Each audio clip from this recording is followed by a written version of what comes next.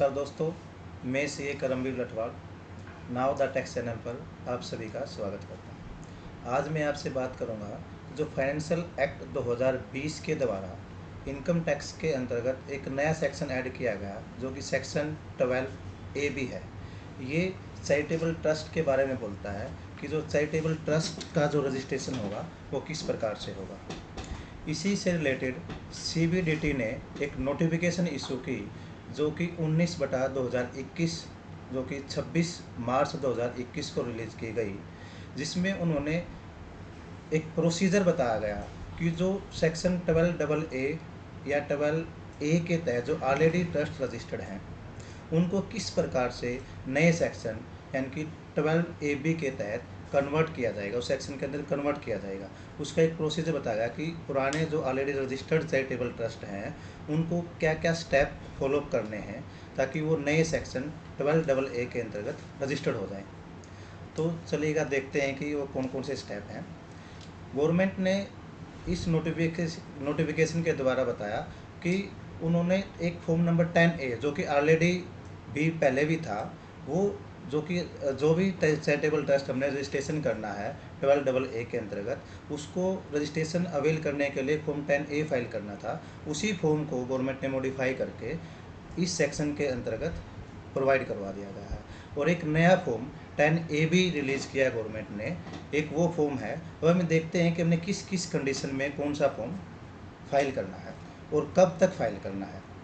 ठीक है, तो ये जो सेक्शन आया था 12AB, ये सेक्शन गवर्नमेंट ने 1/4/2021 से एप्लीकेबल किया है और इसके विदिन 30 डेज के अंदर ही हमने जो ऑलरेडी रजिस्टर्ड चैरिटेबल ट्रस्ट हैं सेक्शन 12A के अंतर्गत और सेक्शन 12AA के अंतर्गत जो भी रजिस्टर्ड हैं या जो चैरिटेबल ट्रस्ट सेक्शन 35 के अंतर्गत रजिस्टर्ड हैं या किन्हीं का रजिस्ट्रेशन 80G5 के सब सेक्शन 5 के अंतर्गत हुआ है या उन्होंने अप्रूवल ली गई है, इस सेक्शन के अंतर्गत अप्रूवल मिलती है एग्जाम्पशन की उसकी इनकम की सेक्शन 1023C के अंतर्गत अप्रूवल लेनी होती है। सेक्शन 12AA में 80G में और 35 में रजिस्ट्रेशन रिक्वायर्ड है और सेक्शन 1023C के अंतर्गत अप्रूवल लेनी होती है। तो जो भी जिन्होंने भी ये ले रखा है उनके लिए फॉर्म 10A गवर्नमेंट ने बताया कि ये फॉर्म 10A है वो 1 अप्रैल 2021 से एप्लीकेबल हो गया और इसके विदिन 3 मंथ हमने ये फॉर्म फाइल करना है पोर्टल पर। यानी कि जो फर्स्ट कंडीशन है फॉर्म 10A फाइल करने की, ट्रस्ट और institution having existing registration under section 12A और 12AA या इसके अंतर्गत और भी सेक्शन आ सकते हैं, 80G5 है, सेक्शन 1023C है या सेक्शन 35 में वो रजिस्टर्ड है ऑलरेडी। तो उन सभी के लिए उन सभी ने form number 10A within 3 month from the date of 1/4/2021 यानी कि 30 जून 2021 तक पोर्टल पर फाइल करना है।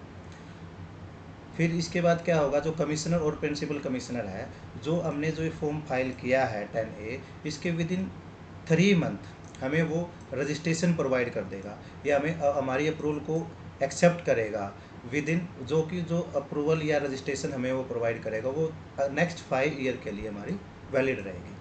सेकंड केस कौन सा आता है जिसके लिए हमें फॉर्म 10A फाइल करना है, वो आता है any other case including provisional registration. यदि किसी SSC ने कोई चैरिटेबल ट्रस्ट है नया रजिस्ट्रेशन लेना चाहता है तो वो उसे भी ये फॉर्म 10A फाइल करना पड़ेगा। वो ये कब करेगा, in form number 10A at least 1 month prior to the commencement of the previous year relevant to the assessment year from which the said registration is sought and such trust or institution is registered under section 12AA(B)। यानी कि कोई भी charitable trust जो अपना registration section 12AB के अंतर्गत registration करवाना चाहते हैं, अपने आप को रजिस्टर्ड करवाना चाहते हैं, वो जिस असेसमेंट ईयर के लिए रजिस्ट्रेशन करवाना चाहते हैं तो उसके 1 महीने पहले, यानी कि कोई भी ट्रस्ट जो कि असेसमेंट ईयर 22-23 के लिए रजिस्ट्रेशन करवाना चाहता है तो फरवरी 2022 तक अपना ये रजिस्ट्रेशन फॉर्म या ये फॉर्म 10A पोर्टल पर सबमिट करेगा। उसके बाद क्या होगा, कमिश्नर और प्रिंसिपल कमिश्नर जो भी एज द केस में भी जो भी है वो within 1 month from the end of the month in which the application was received, अपना एक प्रोविजनल रजिस्ट्रेशन या प्रोविजनल अप्रूवल इशू करेगा जो कि नेक्स्ट 3 ईयर तक वैलिड रहेगी। केवल 2 ही केस ऐसे हैं जिन केस में हम फॉर्म नंबर 10A सबमिट कर सकते हैं या करेंगे। फर्स्ट, जो ऑलरेडी रजिस्टर्ड हैं उनको रिन्यूअल के लिए। सेकंड, जो हम नया रजिस्ट्रेशन लेना चाहते हैं एंड या फिर प्रोविजनल रजिस्ट्रेशन लेना चाहते हैं, हमें अब जो रजिस्ट्रेशन मिलेगा किसी भी चैरिटेबल ट्रस्ट को वो प्रोविजनल रजिस्ट्रेशन मिलेगा जो कि 3 मैक्सिमम 3 ईयर तक वैलिड रहेगा। अब सेकंड फॉर्म आता है 10AB। ये 4 कंडीशन में फाइल हो सकता है। इसके लिए 4 ही सिचुएशन बनते हैं कि हमें कब कब फाइल करना है। फर्स्ट जो सिचुएशन है, ट्रस्ट और institution is registered under section 12AB और the period of the said registration is due to expire under section 12AB is under new process और न्यू लॉ इफेक्टेड फ्रॉम 1/4/2021। इनकी जो trust या charitable trust society जो भी NGO है वो section 12AB के अंतर्गत रजिस्टर्ड हैं और जिनका जो टाइम है 5 साल, यानी कि जो भी रजिस्ट्रेशन अब मिलेंगे वो 5 साल तक मिलेंगे, उनका टाइम एक्सपायर होने वाला है।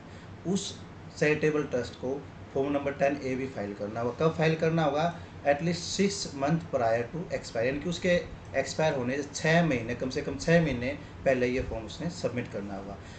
जो कमिश्नर या प्रिंसिपल कमिश्नर कब तक इसका रिस्पॉन्स देंगे? With in 6 month from the end of the month in which the application was received, वो इनका रजिस्ट्रेशन यानी कि एक्सेप्ट का और रिजेक्ट का ऑर्डर पास करेगा। सेकंड सिचुएशन क्या है? ट्रस्ट और institution has been provisionally registered under section 12AB। ये उनके लिए है जिन्होंने पहले फॉर्म 10AB फाइल किया, यानी कि जो कि फ्रेश रजिस्ट्रेशन जिन्होंने लिया और जिनका रजिस्ट्रेशन केवल 3 साल के लिए प्रोविजनल रजिस्टर्ड थे, उस केस में भी हमें 10AB फॉर्म फाइल करना पड़ेगा। अभी कब तक करना पड़ेगा? In form number 10AB at least 6 month prior to expire period of the provisional registration और 6 month of the commencement of its activity whichever is earlier, यानी कि या तो उसके जो 3 ईयर्स है वो समाप्त होने के 6 महीने, कम से कम 6 महीने पहले वो इस फॉर्म को फाइल करेगा, या फिर जब उन्होंने अपना एक्टिविटी स्टार्ट कर दी उसके 3 महीने के अंदर इसको वो फाइल करेगा। जो भी दोनों में से पहले डेट आएगी उस डेट तक उस SSC को या चैरिटेबल ट्रस्ट को ये फॉर्म फाइल करना होगा। और with in 6 month from the end of the month in which the application was received by the commissioner और द PC, वो एक ऑर्डर पास करेंगे ये इस चैरिटेबल ट्रस्ट के रजिस्ट्रेशन का या रिजेक्शन का पास कर सकते हैं ऑर्डर 6 महीने के अंदर। थर्ड सिचुएशन है जिस सिचुएशन में हमने ये फॉर्म नंबर 10AB फाइल करना है, वो कौन सी सिचुएशन है? एक सेक्शन है हमारा 11, उसका सब सेक्शन 7, वो ये कहता है कि जो चैरिटेबल ट्रस्ट है जो पहले पुराने एक्ट के अंदर का जो रजिस्टर्ड होते थे, यानी कि सेक्शन 12A और 12AA के तहत जो रजिस्टर्ड थे, वो कई चैरिटेबल ट्रस्ट दोनों सेक्शन में रजिस्ट्रेशन ले लेते हैं, 12AA में भी और सेक्शन 1023C में भी। वो सेक्शन 1023C के अंतर्गत अप्रूवल लेते थे और सेक्शन 12AA या 12A के अंतर्गत उनका रजिस्ट्रेशन होता था। और वो जो भी इन दोनों में रजिस्ट्रेशन थे, ये सब सेक्शन 7 सेक्शन 11 आने के बाद वो जो ट्रस्ट या चैरिटेबल ट्रस्ट जो भी है वो पहले इनऑपरेटिव हो गए थे। और अब हम चाहते हैं या उसकी मैनेजमेंट चाहती है उन ट्रस्टों की, हम अब उनको ऑपरेटिव करना चाहते हैं। तो जब भी वो उनको ऑपरेटिव करना चाहते हैं, जिस भी असेसमेंट में वो उनको ऑपरेटिव करना चाहते हैं, उस असेसमेंट के स्टार्ट होने से कम 6 महीने पहले वो चैरिटेबल ट्रस्ट अपना 10A फॉर्म के अंतर्गत एप्लीकेशन फाइल करेंगे। और सेम सिस्टम कमिश्नर और principal commissioner within 6 month from the month in which the application was received अपना रजिस्ट्रेशन सर्टिफिकेट और रिजेक्शन ऑर्डर पास करेंगे। नेक्स्ट सिचुएशन है कि जो ट्रस्ट या इंस्टीट्यूशन जिन्होंने अपने बाईलॉ में या किसी भी अपने MOA में जो उनका रजिस्ट्रेशन सर्टिफिकेट था या जो रजिस्ट्रेशन डेट थी, जो भी इंस्ट्रूमेंट था उसके अंदर उन्होंने अपना चेंज किया, मॉडिफिकेशन किया है, तो उस मॉडिफिकेशन को अप्रूव करवाने के लिए उन फॉर्म 10B फाइल करना पड़ेगा। कितने टाइम के अंदर फॉर्म 10B फाइल करना पड़ेगा? With in A period of 30 days from the date of the said amendment adoption, यानी कि जब उन्होंने अडोप्ट किया उस अमेंडमेंट को, उसके 30 दिन के अंतर्गत ये फॉर्म फाइल किया जाएगा। और with in 6 month from the end of the month in which the application was received by the commissioner और प्रिंसिपल कमिश्नर, वो ऑर्डर पास करेंगे अपना रिजेक्शन और अप्रूवल का दैट अमेंडमेंट। अब हमने ये तो देख लिया कि हमें कौन सा फॉर्म कब फाइल करना है, कितने टाइम के अंतर्गत फाइल करना है, 10A फाइल करना है, 10AB फाइल करना है। अब हमने देखना है कि फॉर्म को प्रॉपरली फिलअप करने के लिए या फाइल करने के लिए हमें किस किस डॉक्यूमेंट की रिक्वायरमेंट रहेगी, हमें कौन कौन से डॉक्यूमेंट चाहिएंगे, उस डॉक्यूमेंट की लिस्ट बनाई गई है। वो इस प्रकार से है कि फर्स्ट हम देखेंगे where the applicant is created और established under an instrument, deed, law, MOA, जो भी डॉक्यूमेंट है उस चैरिटेबल ट्रस्ट को क्रिएशन का, उसकी सेल्फ सर्टिफाइड कॉपी हमने इन फॉर्म के साथ अटैच करनी है।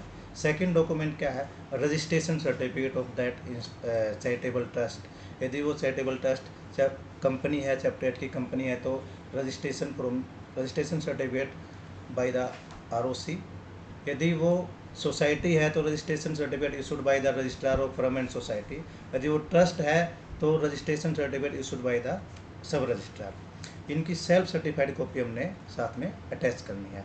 थर्ड है self certified copy of registration under foreign contribution regulation act 2010 के तहत अगर हमारा रजिस्ट्रेशन है तो उसकी एक सेल्फ सर्टिफाइड कॉपी हमने अटैच करनी है। फोर्थ है self certified copy of existing order granted registration under section 12A, AA, 12AB और सेक्शन 80G या एनी अदर केस में भी कौन सा हो सकता है, अप्रूवल अंडर सेक्शन 1023C या फिर सेक्शन 35, किसी भी सेक्शन के अंतर्गत जिसके लिए हमने फॉर्म फाइल करना है, तो उस रजिस्ट्रेशन सर्टिफिकेट की सर्टिफाइड कॉपी हमने इन फॉर्म के साथ में अटैच करनी है। नेक्स्ट है यदि हमने कोई भी रजिस्ट्रेशन अप्लाई किया और वो रिजेक्ट हो गया तो उसका रिजेक्शन सर्टिफिकेट भी हमने साथ में अटैच करना है। नेक्स्ट है जब भी हम ये फॉर्म सबमिट करेंगे पोर्टल पर, तो जिस भी डेट को हम कर रहे हैं उस असेसमेंट ईयर से लास्ट के 3 असेसमेंट ईयर की हमने फाइनेंशियल डाटा, उसकी ऑडिट रिपोर्ट, बैलेंस शीट यानी कि एनुअल अकाउंट्स जो भी है वो हमने इसके साथ अटैच करने हैं। कम से कम 3 साल के करने हैं। यदि हमारा ट्रस्ट पुराना है तो हमने 4 या 5 के नहीं करने, पिछले 3 साल के हमने डॉक्यूमेंट अटैच करने हैं। यदि नया है तो में भी 1 साल भी हो सकता है, 2 भी हो सकते हैं, लेकिन हमने मैक्सिमम 3 साल के करने हैं। नेक्स्ट है यदि कोई ट्रस्ट चैरिटेबल ट्रस्ट किसी बिजनेस को रन करता है, जो कि वो कर भी सकता है सब सेक्शन 4 और 4A ऑफ द सेक्शन 11 के तहत, तो एक कंडीशन होती है यदि कोई भी चैरिटेबल ट्रस्ट बिजनेस रन करता है तो उसके हमने सेल्फ अलग से सेपरेट जो है अकाउंट्स मेंटेन करने होते हैं, उनकी ऑडिट भी करवाना होता है यदि एप्लीकेबल होता है, तो उनकी जो उसी जो बिजनेस है उसके लास्ट 3 ईयर्स के financial data self certified copy हमने इन एप्लीकेशन के साथ अटैच करनी है। यदि एप्लीकेबल है तो करनी है, अदरवाइज कोई अलग से बिजनेस नहीं है तो ये पॉइंट एप्लीकेबल नहीं होगा। नेक्स्ट है self certified copy of document evidencing adoption और मॉडिफिकेशन ऑफ द ऑब्जेक्ट। यदि हमने जैसे कि लास्ट कंडीशन थी हमारे 10AB फाइल करने की, यदि हमने अपने ऑब्जेक्ट में कोई मॉडिफिकेशन किया है तो उसको मॉडिफिकेशन को अडोप्शन करने का कोई भी डॉक्यूमेंट वो हमने इसके साथ, जैसे वो रेजोल्यूशन हो सकता है कोई भी पास किया है तो वो हमने इसके साथ अटैच करना पड़ेगा। और लास्ट है note on the activity of the applicant, यानी कि जो चैरिटेबल ट्रस्ट सोसाइटी जो भी इंस्टीट्यूशन है वो क्या काम करता है उस पर हमने अपना एक राइटअप बनाना है, नोट बनाना है, जो कि हमने इसके साथ में अटैच करना होगा। तो मैं एक चीज़ और आपको बता दूं, यदि किसी भी जो भी चैरिटेबल ट्रस्ट है उसका रजिस्ट्रेशन 12AA में भी हो सकता है या फिर 12 सेक्शन 1023C में भी हो सकता है या फिर उसका 80G में, यानी कि एक जो है ट्रस्ट है वो 2 सेक्शन में रजिस्टर्ड हो सकता है, एक 80G में या 12AA में या AB के तहत। तो उसके लिए जो जितना भी उनका रजिस्ट्रेशन है जिस भी सेक्शन में, हर सेक्शन के लिए अलग से एप्लीकेशन उन्हें फाइल करनी होगी, क्योंकि फॉर्म नंबर 10A है वो पोर्टल पर अवेलेबल है, लेकिन 10A भी अभी अवेलेबल नहीं हुआ है और हमें इसकी अभी ज़रूरत भी नहीं है। मैक्सिमम कम से कम 6 महीने बाद हमें इसकी ज़रूरत पड़ेगी, तो तब तक गवर्नमेंट इसको प्रोवाइड कर देगी। लेकिन नया पोर्टल आने की वजह से अभी ये जो फॉर्म है प्रॉपरली काम नहीं कर रहे हैं। तो ये था जो सारा कुछ सेक्शन 12 ए के तहत ऑलरेडी रजिस्टर्ड चैरिटेबल ट्रस्ट को रिन्यूअल करने का। और इस फॉर्म की जो जो ये फॉर्म हमने बात की है 10A की, उसको फाइल करने की जो लास्ट डेट है, जो पहले भी बताई थी मैंने, वो 30 जून 2021 है। तब तक हमने फाइल करना है। जब तक अगर पोर्टल सही ढंग से चला तो ठीक है, नहीं चला तो मे भी गवर्नमेंट इसकी जो डेट है वो एक्सटेंड कर देगी। तो ये था सारा कुछ रीज रजिस्ट्रेशन के बारे में। थैंक यू, धन्यवाद।